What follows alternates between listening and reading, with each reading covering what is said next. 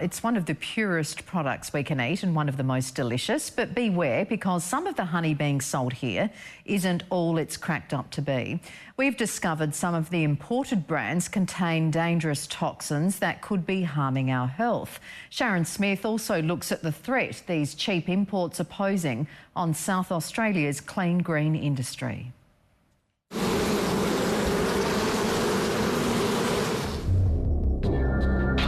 The Canadian Food Inspection Agency issued a warning today about Loblaws no-name brand honey. We exposed it once before, now it's happened again. The product may contain toxic chemicals. Imported polluted honey, poisoning the local industry and putting the public's health at risk. Someone's got to jump up and down and have the responsibility of it and stopping this before it's all too late. And once again, our authorities are sitting on their hands. It needs to be stopped. The import of honey needs to be stopped in Australia. Ashley Modra is a third-generation beekeeper from Gawler and says while he's struggling to make ends meet, supermarket shelves are being loaded with suspect cheap imports mixed with local product. They're bringing honey in from overseas and using Australian honey, blending it, selling them back out the country as Australian honey at times. And that's where the rot set in 4 years ago. Our exported honey bearing the Australian name was found to be contaminated with the illegal antibiotic nitrofurans by the Canadians and instantly withdrawn from sale.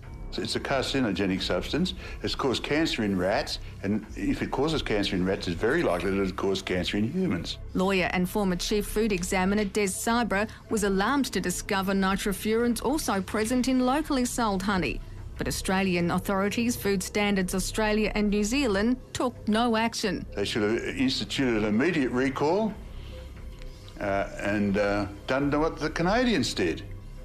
Get it off the shelves and prosecute the people that are selling it. Not only has this left consumers uncertain about the safety of the local product, a lot of people worry these days whether you're actually buying Australian honey, how much, it's been blended. It's also undermining the local industry. We have pure product. We shouldn't compromise our good, clean, green image by bringing inferior products in from overseas that are contaminated. And through no fault of their own, the Australian honey producers now find themselves facing oblivion. Lindsay Burke is a beekeeper who heads up the Australian Honeybee Industry Council. It's the most important agricultural industry that we have in Australia. Without bees, we wouldn't have food.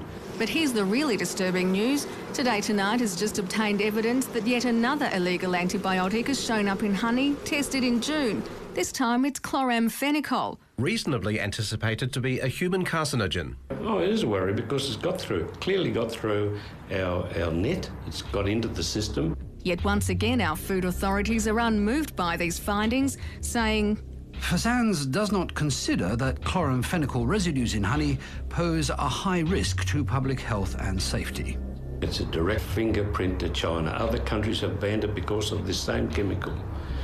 We shouldn't be importing, we shouldn't have anything to do with that product. But the dangers that lurk in our honey jars pose a vastly more sinister threat than most consumers appreciate. There are other contaminants in the imports that have the potential to devastate the entire bee population. Downgrading Australian honey by blending it, and when the people don't really know they're getting 100% Australian honey. The flow-on from the decimation of the industry is as obvious as the lesson about the birds and the bees.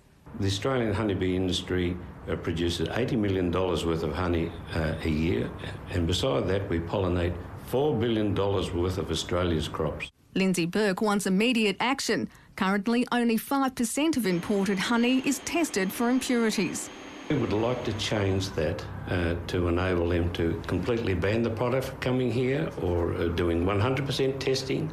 Ashley Modra says he and beekeepers like him don't have much time to wait.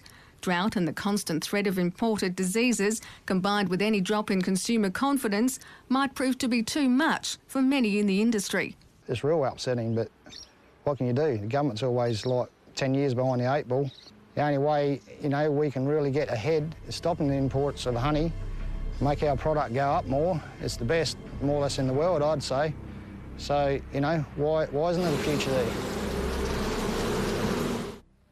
And we did contact Food Standards Australia, which confirmed the toxin is unsafe and also illegal. They say they're pressuring quarantine officials for more stringent testing at our borders.